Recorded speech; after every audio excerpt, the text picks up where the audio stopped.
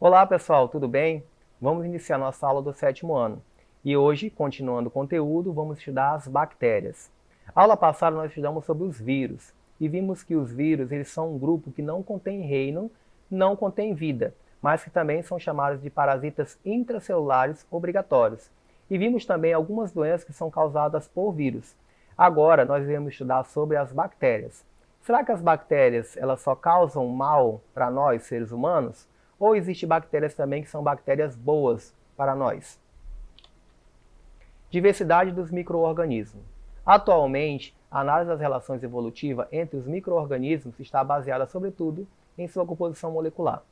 As bactérias, por não possuírem até hoje membrana nuclear, são considerados os primeiros seres vivos de organização celular. Então, antigamente, descobriu-se então um ser vivo que não tinha uma organização nuclear. A falta dessa membrana fez com que então surgissem os primeiros seres chamados de procariontes. Nesse caso, que foram chamados de seres bactérias. Classificação das bactérias. As bactérias são classificadas em 3 componentes. Arqueobactérias são produtoras de gás metano, também são bactérias muito antigas, esse nome arqueo vem de antigo. Eubactérias, elas são micoplasmas sem parede celular, elas são chamadas de gram-positivas e gram-negativas com parede celular. E existe também as cianobactérias, também chamado de algas azuis. Elas são fotossintetizantes, ou seja, elas produzem uma quantidade de fotossíntese, que nesse caso também produzem uma grande quantidade de energia para si mesma. Morfologia das bactérias. Quando se fala em morfologia, estamos falando da forma. A gente descreve como as bactérias elas estão sendo vistas. Porém, as bactérias elas não são vistas também a olho nu, igual os vírus. Elas são vistas através então do microscópio. Nós retiramos uma amostra de bactérias, uma colônia delas, ou isoladamente, e colocamos no microscópio. Daí então vamos observar. E nela vamos observar o formato. Pode ser mais arredondado, pode ser mais um pouco puxado. Então existem diversos formatos. Vamos ver agora? Bom, existem bactérias esféricas chamadas de cocos. Bactérias um pouco mais alongadas são chamadas de bacilos, conforme a figura que vocês estão acompanhando. Existem também bactérias espiraladas. Elas são espirilos ou espiroquetas. Elas são bem mais alongadas. Existe bactéria em formato de vírgula, que são os vibriões. Existe diplococos, onde são 2 cocos juntos. Di quer dizer 2. Então, a união de 2 cocos forma diplococos. As sacinas, ela tem 8 cocos formando um cubo. Streptococcus, cocos alinhados formando fileiras. Staphylococcus, cocos reunidos em forma de caixa. Diplobacillus, bacilos reunidos 2 a 2. E streptobacillus, bacilos alinhados em cadeias. Então, observando a figura, vocês estão observando os principais formatos ou morfologia das bactérias. Temos o formato de cocos, bacilos, e também espirilos. Essas bactérias elas podem viver isoladamente ou podem viver em colônia. O que vai caracterizar essa forma dela é a sua forma de vida, que pode ser isolada ou vai estar reunida em colônias. Vamos falar agora da reprodução das bactérias. As bactérias elas se utilizam então de métodos de reprodução. Existem 2 tipos de reprodução. Existe a chamada reprodução assexuada e a reprodução sexuada. Para a gente falar de reprodução, temos que relembrar o que significa cada um. A reprodução assexuada, nesse caso, não necessita de gametas para o indivíduo poder se reproduzir. Na reprodução sexuada, é necessária a presença de 2 gametas, o gameta masculino e o gameta feminino, para eles possam fecundar e gerar um novo indivíduo. Na reprodução assexuada, então, nesse caso, a bactéria ela vai fazer essa reprodução sozinha. Ela não precisa de um outro indivíduo. Ela vai fazer isso através da cisparidade ou bipartição. Esse nome corresponde, então, à bactéria se partir no meio. Nesse caso, a bactéria ela vai dividir o seu material genético, conforme a figura, número 1. Na número 2, ela começa a aumentar esse material genético. Na número 3, ela já separa esse material genético e ela já tem aumentado de tamanho. Na número 4, começa essa divisão, que é essa bipartição ou cisparidade. E aí, na 5, ela já começa a formar a parede entre essas bactérias. E na número 6, então, essas bactérias elas já se dividem, formando, então, 2 novos indivíduos. Então, um indivíduo acabou formando mais 2 indivíduos. Temos também o método de esporulação, que forma estrutura chamada de endosporos. Na reprodução sexuada, nós temos, então, tem que ter a participação de gametas, né, que tem que ser gametas masculinos e femininos, gametas diferentes. Na reprodução sexuada dela, se dá por recombinação genética.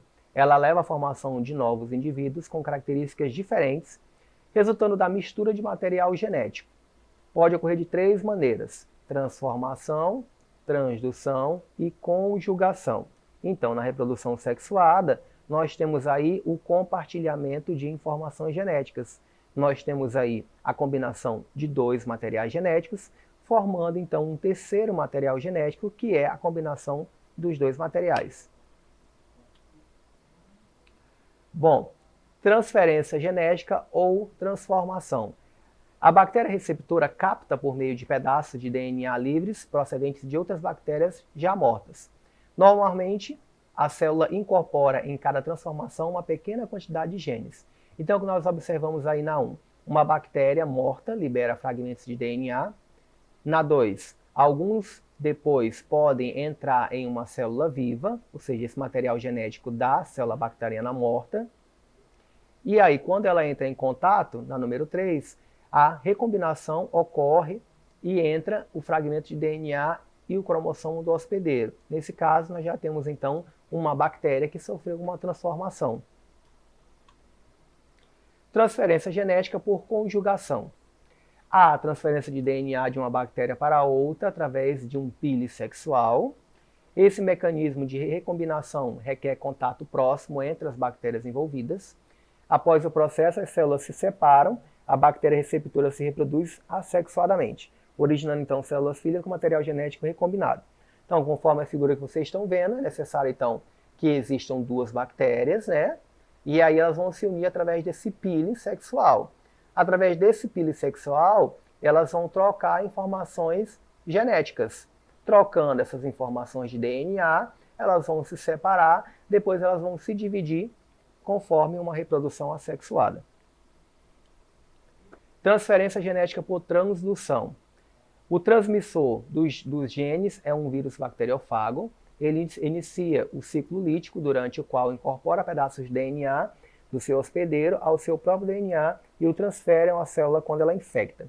Então, essa transferência genética ou transdução ocorre quando um vírus ele infecta uma bactéria. Por exemplo, nós temos aí na número 1 um vírus em cima de uma bactéria, infectando-a. Ela joga seu material genético na 2 todo lá dentro. Então, esse material genético ele fica combinado com o material genético da bactéria.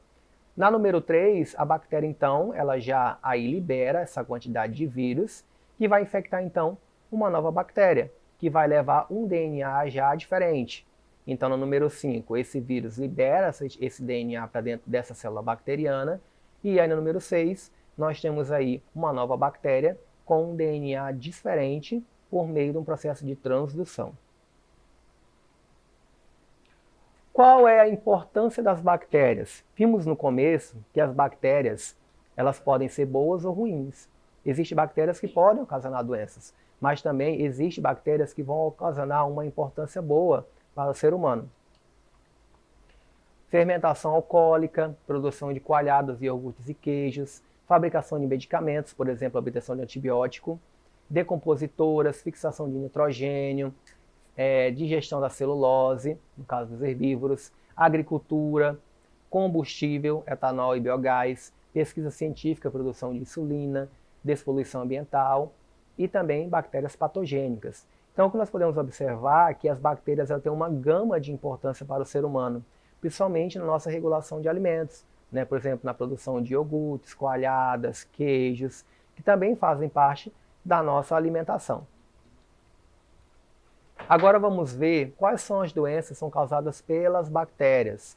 Existem diversos tipos de doenças que são causadas por bactérias, e algumas têm uma importância muito grande por serem patogênicas. E a maior parte dessas bactérias, elas são tratadas por antibióticos. É claro que você já deve ter pegado uma bactéria na vida. Então vamos ver algum tipo de doenças mais conhecidas no reino das bactérias. O botulismo, hanseníase ou lepra, que já teve muito, tanto na região do Acre como em toda a região do Brasil. A meningite meningocócica, a meningite é uma bactéria aí muito forte, se não for tratada logo, ela pode levar o indivíduo à morte. O tétano, que é uma bactéria que está presente principalmente aí em ferro, que está produto está enferrujado, em cortes. Febre maculosa, a peste bubônica pelos ratos, a coqueluche intermitente, a difteria ou croup. A sífilis, que ela é uma IST, que são infecções sexualmente transmissíveis, né, que se pega através do ato sexual. A gonorreia, leptospirose, que é a doença também transmitida pelos ratos. Febre tifoide, tuberculose, né, que afeta diretamente os pulmões, né, dentre outras doenças que podem aí vir a infectar o ser humano. Então existem diversas doenças. Em uma aula depois iremos falar sobre cada tipo de doença dessa e analisar o seu contexto mais etiológico e as formas de transmissão. Vamos agora exercitar, vamos ver o que você aprendeu nessa aula. Questão número 1. As bactérias são organismos que realizam reprodução assexuada, ou seja, não necessitam de outro membro da espécie para produzir descendentes. Geralmente, as bactérias se reproduzem por letra A, gametogênese, B, divisão binária, C, fragmentação, D, polinização. A resposta certa aí é divisão binária. Conforme nós vimos, as bactérias elas se dividem, né? Elas podem aumentar de tamanho, trocar material genético e podem sofrer um processo de bipartição ou uma divisão binária. Questão número 2. O reino Monera é formado por bactérias e cianobactérias. Qual a diferença entre esses organismos?